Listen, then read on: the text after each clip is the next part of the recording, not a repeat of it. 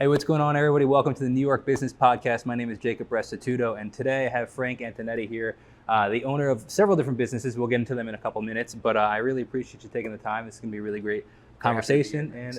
Yeah, absolutely. So for the people that aren't super familiar with you and your restaurants and your businesses, can you please kind of get going to who you are, what you do, and all of the above? Absolutely. I'm a partner here at the Rust and Gold, which was our first spot, along with my two partners, Lou Cohen and Jay Janowski. We've been operating here for 7 years. We now also have 1653 Pizza Company, which is our second restaurant next door. We've been there for about 3 years. And then we are in our fourth season also of our mobile catering company, which is called the Rolling Gold, which is a beer truck, mobile pizza oven, and all-around catering solution that we've started up kind of during the pandemic, actually. So you are one of a few people that I've seen actually that have two businesses directly next to each other, which is actually pretty cool. Are there pros or the cons to that, or how did that come about? Yeah, definitely pros. We always had our eye on the spot. It was a really awesome, kind of like old school coal-fired pizzeria before we took it over. We were very friendly with the owner, and we always kind of sat there and kind of dreamed about it once we were ready to take the next spot. We were actually about to go onto the South Shore. We were very close to opening up a Rust and Gold 2 and a pizzeria concept kind of in one big space. And then in the 11th hour, that place became available, and just the proximity of it, the fact that we already had a good footprint in this town, it kind of was just like a hole-in-one for us. So we took it over, and it was a little bit of a misstep. We signed, very optimistic that we'd have probably about like a 6-month turnaround in the whole project. 1 week later, the pandemic happened. So we sat on the place, fully gutted, with no work able to be done for about 2 years. And it was weird. The same time we're also dealing with here, which was an open business. So navigating the whole pandemic of this, place and trying to keep this place, surviving throughout and always adapting week after week to everything that was happening, while also just kind of sitting in limbo over there. It was a crazy time. Yeah. But we finally got it open, and it's been 3 years now. So what was the original vision for this place here, Rust and Gold? And then you kind of started to get into the vision of what you were expecting, 1653 to look like. What would be the original visions for both of those restaurants? And then how have they turned into that? Have you adapted them? What does that look like now? Yeah, for sure. I think anyone will tell you in a position like myself and my partners that you're always adapting, no matter what concept you have it painted perfectly in your head, and you could be open for about 5 minutes and you realize you're about to change 50% of that. So staying flexible within your expectations of your own vision, I think, is super important. But at the same time, the vision for here was pretty clear. It was an existing sports bar at the time that we took it over. It was a place called Rookies. It hadn't been updated in a while. The original owners had taken off, and we felt that the town needed that. But it was, no one's really messed with the idea of the sports bar concept in a long time, especially on Long Island. You see a couple of them in the city now, they're like bouncing stuff that are starting to take off and become these big kind of like hybrid club environments that are also appealing to a sporting crowd. But at the time on Long Island, every sports bar was the same. It was kind of a large format Irish pub, all kind of serving similar food and stuff like that. So our idea was to, the original hashtag was not your average sports bar, and we still try to maintain that to this day. So we wanted to give you that environment. We put the TVs up. We have a beautiful giant projector, great stadium sound system. We're definitely the marquee place for all the events. But on top of that, we wanted to make sure that the experience surrounding that was awesome as well. Huntington's an amazing community. A lot of families here, so we wanted to make sure that our families feel comfortable coming in. So there's a lot of interactive games. There's, we encourage people to take board games that we refresh all the time. Take them over to the tables, have fun, hang out, let the kids play here. And then at night, nightlife kind of turns into a different thing, especially on the weekends, Fridays and Saturdays. We're very lucky that this is a big town for nightlife. We have an amazing resident DJ, DJ Beso, that's been with us since the beginning. So Friday and Saturday nights are lively. We have a lot of fun here as well. So it's just kind of become this one-stop shop for a lot of people in the community to kind of come, watch the games, have great food, have great beer, have amazing cocktails. If you want to get a little more lively at night, come out, hang out, have fun. We got that for you too. So being a Long Island native, I've been to plenty of my share of sports bars, and you described them perfectly. That kind of dark and typical food, typically just beer and Jack Daniels, and a lot of wood everywhere. While you have a similar vibe with all the TVs and stuff, it's a lot more modern, which is really cool. And I've eaten here before. My wife and I have come here, and I've eaten at 1653 as well. Thank you. Of course, absolutely. And the food is phenomenal. Not only is the food phenomenal, but the drinks are really cool here too. and I'm sure they're very cool over there. I don't recall. I think I had wine over there, so I can't speak for the mixed drinks. But the mixed drinks are pretty unique over here too, which gives a cool feel, like a modern feel to because I think the Long Island. I don't know about. I can't speak for the rest of the country, but the Long Island bar scene is cool in the sense of like we're right out of Manhattan, so Manhattan is always on the forefront of all these different industry changing cocktails and drinks and mixed drinks and stuff. And so Long Island gets a lot of that stuff.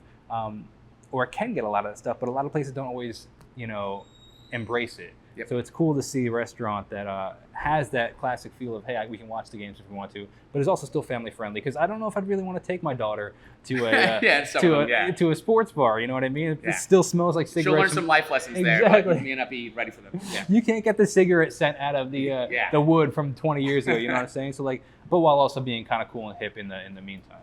Cool. Thank you, man. 100%. That's kind of how everything really came together. I'd come from a background in the industry where at the time I was focusing a lot on cocktail bartending. I kind of saw that, as you just mentioned, we're always kind of like on the ripple of culture that comes out from the city, and we're always at least probably 4 or 5 years behind what's really going on in there. But I had been doing various roles in the hospitality industry for a while.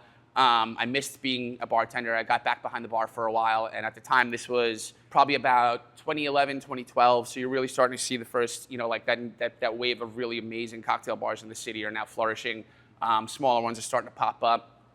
At the time, I was working for a different restaurant group, just as a bar manager, and that was it. I would bartend, and then on my days off, I would head into the city, and I would just go on different missions. I would let bartenders tell me their favorite bars to go to. I'd go and observe. I remember this was back when the Nomad Bar was still open, the original one, and I would just sit on the second level and watch, that incredible bar team just kind of dance down below me and how they turned out drinks and the quality of the drinks they did, and the speed and the consistency.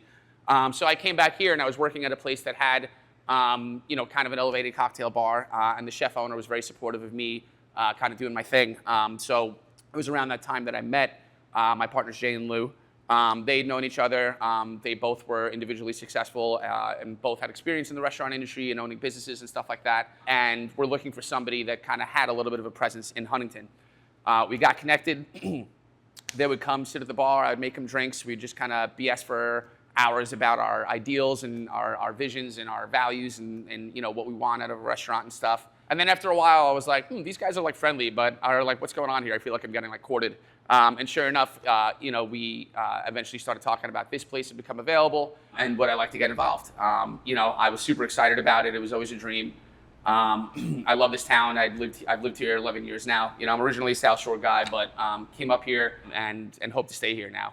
And it really is awesome. So we got together, got our ducks in a row, and then it was September 2016 that we opened the doors. So business is a culmination of ups and downs, and that's kind of the journey. It's always, you're either riding a high or on a low, or you're kind of in between both of them at the same time.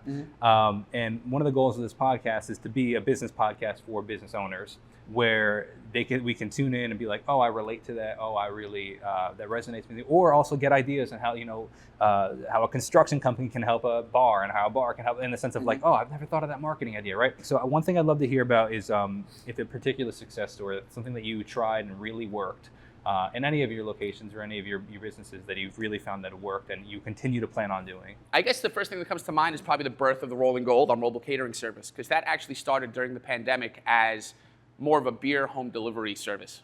So my one partner, Jay, had access to a Mercedes Metris, which kind of looks like a little minivan, but he had it rigged with beer lines and a refrigerated back.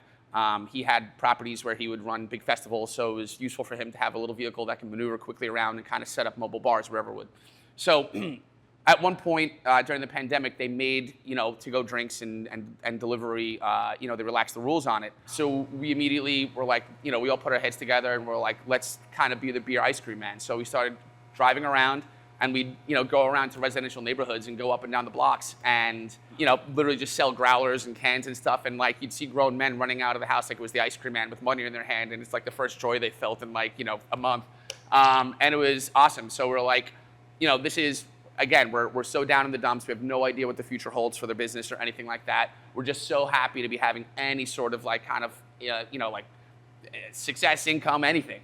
So we're doing this for 2 days. And on the second day, We're in here. We're kind of on top of the world again. But the truck had to be refrigerated. In order for it to be refrigerated, you could either plug it in, which was a custom kind of like a naval outlet that we didn't have here, or you had to leave the truck running. We left the truck running. It's about maybe 7:30 at night. And we're in here just kind of unloading, and we're like taking a break from pulling a keg in. It couldn't have been out there for longer than maybe 15, 20 minutes. And somebody jumps in the driver's seat and steals it.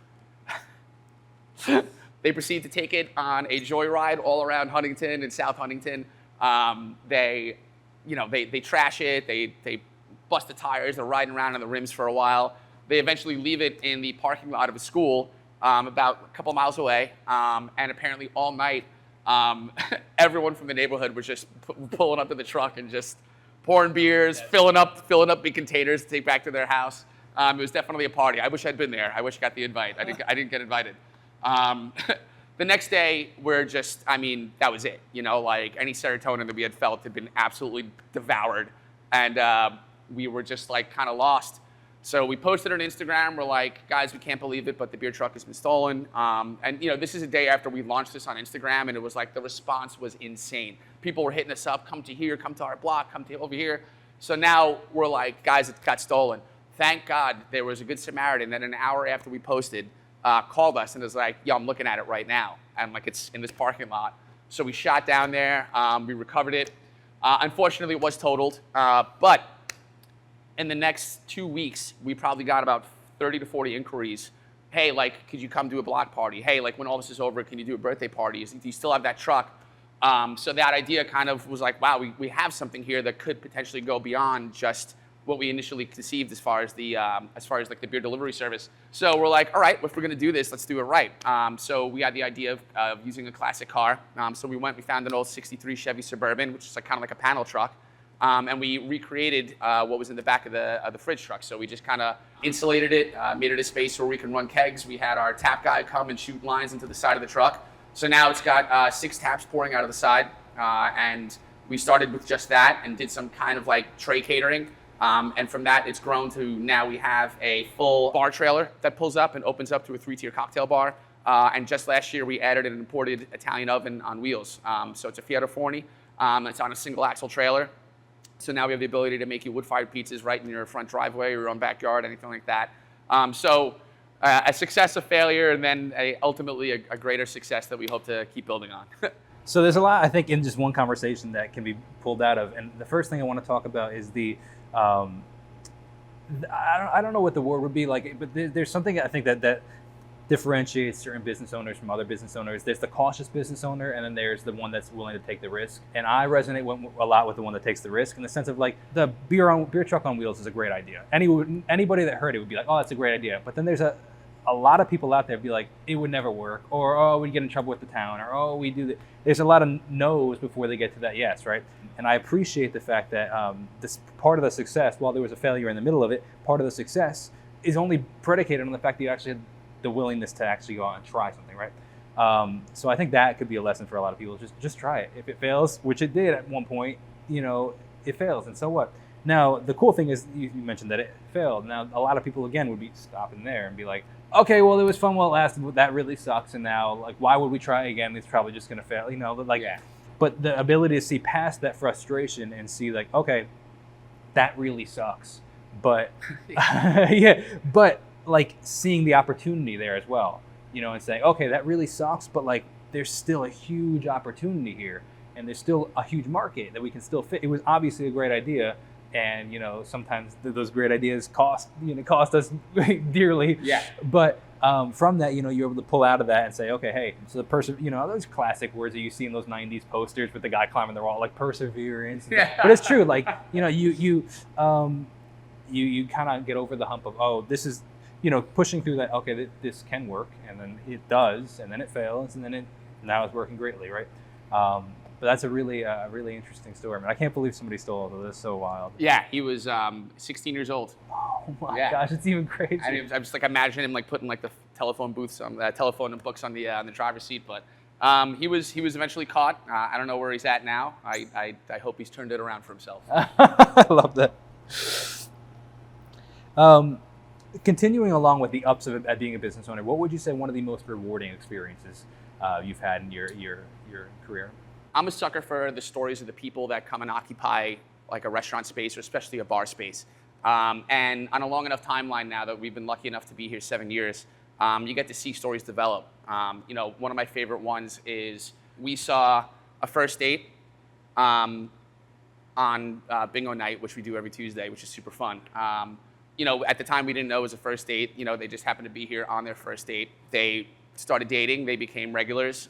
We all became friendly with them. And then a couple years later on bingo night, he proposed to her here. And that was our first in-house proposal. We eventually ended up actually taking the rolling gold truck and we poured beer at their wedding. That's cool. So it was such like a full circle moment like that I think that's, that always stands out to me. Just the fact that, you create an environment, you hope that people come in and have a good time, and a lot of times people are just happy to just come in and have them pay the check, But if you invest a little bit more into creating a space where people can feel at home and allow stories like that to develop, I think that's winning on a different level. So that plays perfectly into another question that I have is repeat customers. You mentioned that there's a lot of businesses out there that are just happy to have a one-time check and cool. And you mentioned that you strive differently. Like, what are you actively doing in that to have that repeat customer? Like, to have them come back every week for bingo and then propose here and like it become part of their lives. Yeah. Like, what are you guys actively doing? I think you have to just make sure that your people and your team have that kind of natural desire to genuinely make people happy. During the interview process, that's something that we certainly look for in all of our potential candidates. The technical side of things, we consider ourselves professionals. We can train them to, make the proper drink to serve in the way that, is appropriate. But if they don't have that inherent desire to truly see others happy, they might struggle with success, especially in a place like this. So having that there and having these people that my partner Jay puts it the best. He always says it's called being selfless for a selfish reason. Like you almost, can't be comfortable unless everyone in the room is having a good time and they feel good and they have food and drinks in front of them and they're laughing, they're smiling, they're engaging. That's a vibe that I think everyone can pick up on. So we're lucky to have a team that does that, and I think that in itself, combined with, expecting a certain level of professionalism in their execution of their job, combines for an experience that's just going to naturally yield repeat business. Yeah, that really reminds me of like an analogy I heard once where it's essentially like a farmer doesn't plant seeds without the expectation of a harvest, in the sense of like you are planting the seed by giving to these, having a selfless outlook. Like, I want these people to have the best experience that they can. But the expectation is to some degree like, oh, if I do that, then the harvest will be that they'll come back and they'll become part of our regulars and part of our family, right? Absolutely. And it's a really interesting correlation between the two. 100%, man. I like that. I got to save that one too. Yeah, absolutely. I'm a sucker for a good quote. So now kind of pivoting now to like some of the things we can learn from other businesses, right? One thing I think that all businesses experience are the ups and also the downs, the busy seasons and the slow seasons. So I'm curious how you and your team navigate those slow seasons. Is there anything specifically that you do for marketing? Is there anything you do just with savings, or how do you navigate your slow seasons? For sure. I think, trying to get ahead and learning where, it's over the course of 7 years now, it's funny because our slow seasons have changed, slightly. Consumer trends kind of rise and fall and people go out in different ways, but even just the nature of how people go out, how often people are going out to dinner these days as opposed to where they were even 4 or 5 years ago has changed a lot. So, you do your best to kind of just adapt, look at your data, look at, stay present in your restaurants and kind of talk to people, get a feel for what, everyone's feeling themselves. Those are your first things. Then what do you do with that? I think, you have to find marketing approaches that stay within your initial vision, a lot of times you'll see restaurants try to navigate slower periods by just throwing out concepts that, don't necessarily make sense. It'll be, a small bistro bar that's all of a sudden doing like a crazy club night or something like that, so by all means, sometimes you got to throw a lot of things at the wall and see what sticks, but you always want to make sure you're not losing yourself in the process. So anytime, we conceptualize anything that we want to do, whether it's a weeknight promotion, whether it's a one-off party, we are always doing it with the intention of making sure that we stay relevant and fresh in people's minds and also bringing in new clientele, but also like, is this still us? Is this still something that feels like it should be happening here? And a lot of times you got to step a little bit outside your comfort zone. I mean, you can't. I mean, the very nature of what we do is to just look around at our competition, colleagues, however you want to call it, and put our twist on it and move forward with it. So at a certain point, you are always entering the unknown because it's the only way to do that is the only other alternative is to just carbon copy what's already being done, and nobody really wants to do that. So yeah, that's my biggest thing I would say is just definitely be open to trying new things, but always make sure that you're not losing yourself in the process. No, that's really good. Now, I'm just curious, you mentioned the trends of people going out is different now than it was before. Is that less? Is that more? What have you found? It's earlier is one thing that I notice. I mean, I'm 87 years old, but when I was younger, we weren't first getting into the clubs until 11 midnight, which is a little stupid, I guess, on our behalf. But, there was a lot more of a pregame going on, and we were staying out a lot later. We were pushing it till 3, 4 o'clock in the morning. Now I notice, especially in nightlife across the board, people are coming out to eat earlier. And people are coming out to hang out and party even earlier. Like people are out at 9 o'clock, 9:30. And they tend to be wrapping it up for the most part, around 1:30, 1:32. I mean, at that point, there's always knuckleheads that are still out, or the younger kids that have other places to go besides here. But still, you see a shift. I've definitely noticed a shift in that, which is interesting. And I mean, you know what? I mean, that's also okay. Like we're certainly not trying to encourage anyone that's, to go until 4 in the morning if they don't want to. We don't even call, last call usually any later than 1:30, 1:45 the latest here. We want to make sure that we're always in good standing with our community, that we're not encouraging, anything to be happening in 2 hours, the werewolves to be coming out too late at night or anything. Nothing good happens after 3 a.m. Yeah.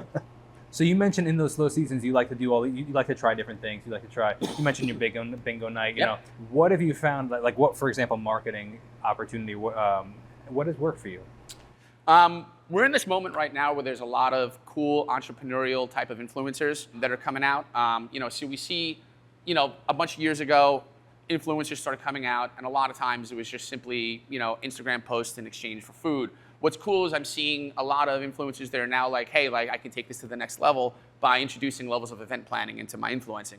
So, we work with a few people next door that have come on and kind of work as independent contractual promoters for nights off. Like next door, we do a pizza making class once a month. We do a cocktail class, every other month or so. And having someone that comes in that's already got an influence background, that's already got a healthy following, they take a small fee for helping us promote the event, but the events have almost always been a sellout, and it's a great way to get people in on a weeknight. Are those influences at the event, or? Yeah, they'll come, they'll be part of it. So they'll usually be there for the first couple, and then at that point, it's just kind of more of almost like a consulting. But it's great because, with everything else that we have going on, to have someone that's just focused on promoting this night is nice. It's one less thing off our plate. And usually the deal that we work out works very well for everybody.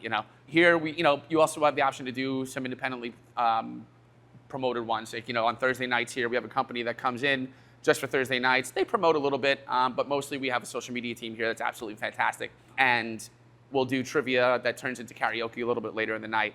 We're not reinventing the wheel, but at the same time, people enjoy it. Having an interactive crowd really helps the energy in here, and the vibe is super, super fun on those nights. So we're happy to do it. Circling back to the customer relations, coming from a background on social media and YouTube and having many nice and terrible, I appreciate it, thank you. But very nice and very terrible YouTube comments. But some of those, I've seen the silver lining in some of those comments, being like, oh, they were a rather jerk in how they said it, but the heart and what they were trying to say is actually pretty interesting. Yeah. So I'm curious, has there ever been any customer feedback that you've received that has actually made you be like, oh, we should change the way we do this, or let's shift this, or that's a great idea, and influencing how you run your business? Absolutely. I think customer feedback is one of the most important things as far as information that you need to be aware of if you are going to be an operator. It's wonderful to see the 5-star Yelp reviews and to hear the praise and stuff like that, but that's, to not to be too harsh, but that should be the expectation. We really shouldn't expect anything less than that. So it's super important when we get a lower rating or we get some negative feedback or constructive criticism, however they want to word it. And yes, they will find very different creative ways to bring it to your attention. But at the same time, you absolutely have to listen to that. There's very rarely a full lie in there.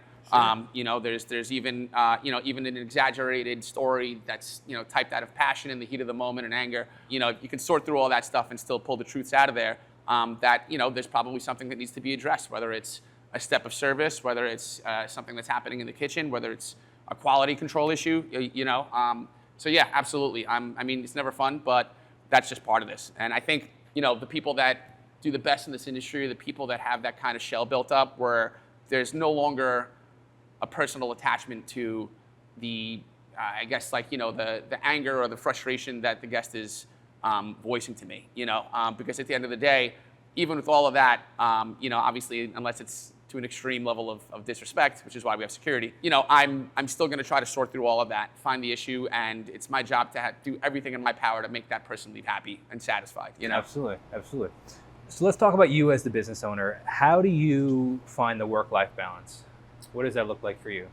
I think that I made my peace a long time ago with this schedule, and I've committed to it. What is this schedule? I mean, for me, it's always going to be weekends. It's always been weekends and weekdays. I try to take off if I can on a Sunday, and usually Monday as well.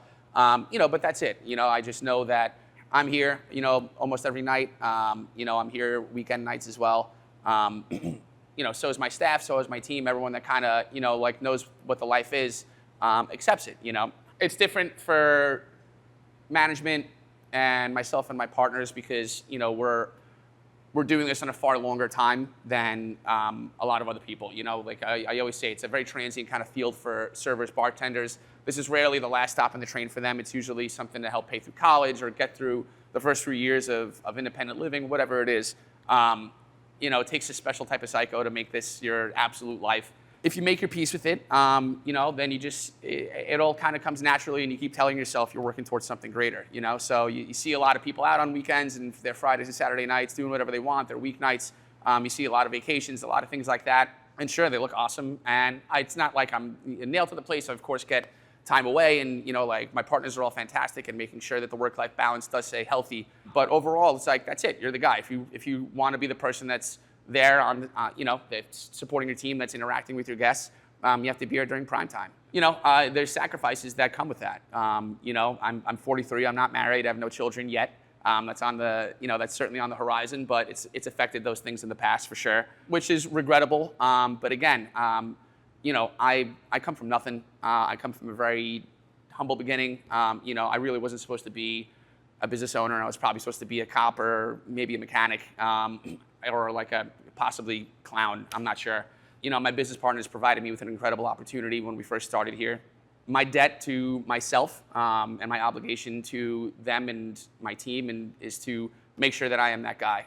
So at the end of the day, that's always what gives me peace. No, that's really good, man. I appreciate that. So what would you say your advice, looking back on what you had and where you're going, and for a new business owner, someone looking to get started, right? What would your advice be to them?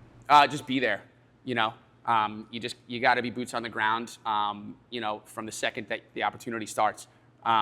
Show your partners that you respect them. Show them that you make sure that you're aware of that. Business partnerships are absolutely like marriages. They're amazing and rewarding, but can have difficult times to can be difficult to manage sometimes, and it's the most important thing that you got.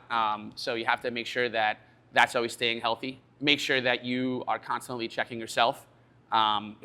Always make sure that you're striking the right balance between, especially in this industry, making sure that you're there, providing the energy, providing the vibe without getting sucked into it too much, which is dangerous and something that I've seen a lot of people struggle with. And have fun with it. If you can't have fun doing this and know that this is going to be, like the majority of your life, then you should probably find something else.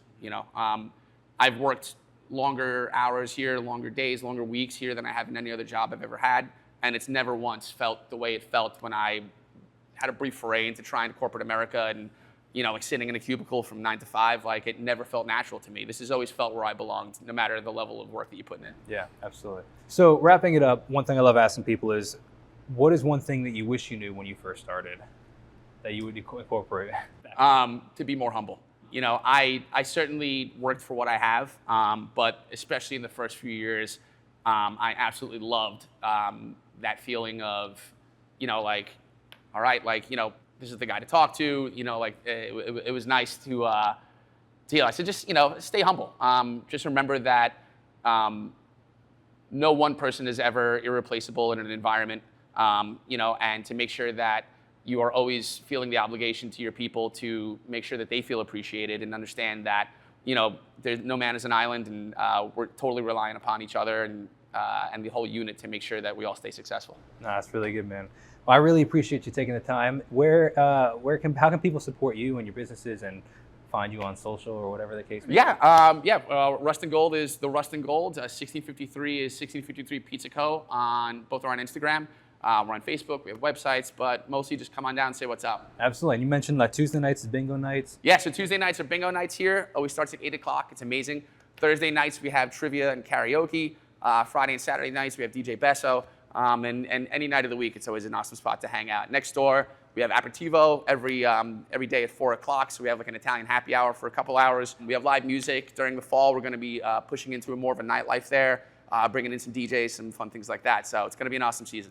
Very cool. Come and check out 1653, and also come and check out Rust and Gold. Great spots here in Huntington. Thank you. Thank you, Frank. Appreciate you, brother.